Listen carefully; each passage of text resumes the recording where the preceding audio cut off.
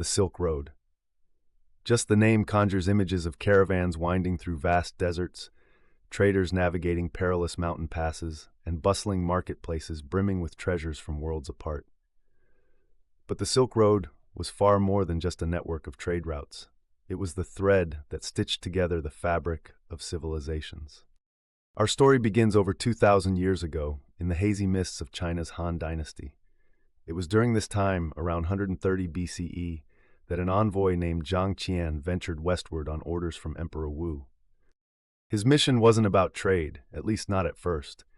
He was dispatched to forge alliances and gather intelligence about the mysterious regions beyond China's borders. But Zhang Qian returned with much more than information. He brought back stories of thriving empires, dazzling cities, and goods that were unlike anything seen before in China. Among those goods was silk. Silk, light as air, soft as a whisper, was already prized within China's borders. But once word of its beauty began to spread, it became a sensation. Silk traveled west, captivating the elites of Persia and Rome, where senators and empresses would pay fortunes for a single shimmering garment. And so began a trade network unlike anything the world had ever seen. At its height, the Silk Road spanned thousands of miles, linking the great cities of the east like Chang'an to the vibrant markets of the west, from Samarkand to Baghdad, and eventually to the Mediterranean shores. But it wasn't just goods that traveled the Silk Road. Ideas did too. Picture a merchant caravan setting out from China. It's a kaleidoscope of sights and sounds. Pack animals laden with bolts of silk, fragrant spices, and precious jade. The chatter of traders negotiating deals, their voices mixing with the wind that sweeps across the dunes. As they move westward, they encounter traders from India who carry saffron, ivory, and pearls. From Persia come carpets, wine, and glassware, while the Romans contribute gold, silver, and fine textiles of their own. At every stop, there's not just an exchange of goods, but an exchange of stories, languages, and philosophies. Buddhist monks share their teachings with travelers, spreading their religion from India to the farthest corners of East Asia. Zoroastrian traders from Persia debate ethics and fate with their Greek counterparts. In the bustling oases of Central Asia, you could hear Sanskrit, Persian, Chinese, and Latin spoken in the same square, a living testament to the diversity of the Silk Road. But it wasn't just the diversity of people that shaped this ancient highway. It was also the landscapes. The Silk Road crossed some of the most extreme terrains on Earth. To the east lay the Gobi Desert, barren and unforgiving, with shifting sands that seemed to go on forever. Caravan leaders had to navigate this hostile environment with precision, using nothing but the stars and geological markers as their guides. To the west rose the towering Pamir Mountains, often called the roof of the world.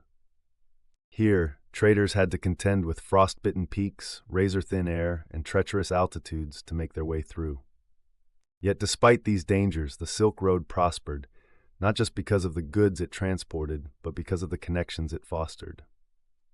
Cities like Samarkand and Bukhara became hubs of culture and learning, their markets overflowing with goods, and their libraries filled with manuscripts from all corners of the known world.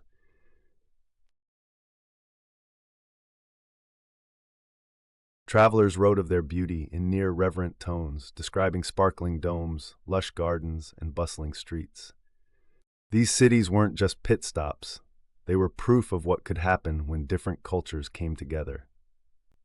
One such story is that of the Tang dynasty in China, a golden age often linked to the Silk Road. During this time, Chang'an was one of the most cosmopolitan cities in the world. It was a city where Persian musicians could play in royal courts, where Indian Buddhist monks shared translation techniques with Chinese scholars, and where fresh pomegranates, a rarity in China, were sold to the wealthy elite. The Tang era embodied the Silk Road's spirit, showing how trade could lead to the flourishing of art, science, and understanding. But not all of its history was gilded. The Silk Road was also a conduit for conflict. Powers like the Mongols, under the leadership of Genghis Khan, saw the road as both a lifeline and a prize. The Mongol conquests of the 13th century swept through Central Asia, leaving both destruction and opportunity in their wake. Once the Mongol Empire stabilized, however, the Silk Road saw a resurgence. Under the Pax Mongolica, a period of relative peace ensured by Mongol rule, the trade routes thrived again.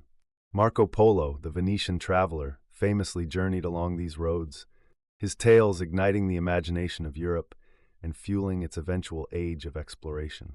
However, as with all great things, the prominence of the Silk Road began to fade. By the 15th century, new maritime trade routes had been discovered, offering faster and safer alternatives to the arduous overland journey. The rise of the Ottoman Empire, skirmishes, and environmental changes also made the traditional Silk Road less appealing to traders. Slowly, the bustling caravans disappeared, the way stations fell silent, and the great cities of the route became whispers of their former glory. But the legacy of the Silk Road is anything but forgotten. Look carefully, and you'll see its threads woven into modern life. The silk trade may no longer traverse deserts by camel, but silk itself remains a symbol of elegance and craftsmanship. The exchange of ideas born on this route continues to shape our understanding of science, language, and religion. Even today, efforts like China's Belt and Road Initiative echo the Silk Road's ancient role as a bridge connecting East and West. So what was the Silk Road truly? It wasn't just a road or even a network of roads. It was a living entity, growing and changing with the people who walked it. It was a testament to human ambition, ingenuity, and our unending curiosity about the world and about each other. The Silk Road reminds us that history isn't just about the goods or riches we produce. It's about the connections we forge. It's about how, by sharing a piece of ourselves, whether through silk, stories, or philosophies, we weave a tapestry that enriches us all. Today, when you hold a piece of silk, taste the spices in your food, or listen to the ideas and art that have crossed borders, you're witnessing the enduring spirit of the Silk Road. It exists not just in the pages of history books, but in the threads of our shared humanity, reminding us that the journey is what shapes us, and it is the connections we make that define our world.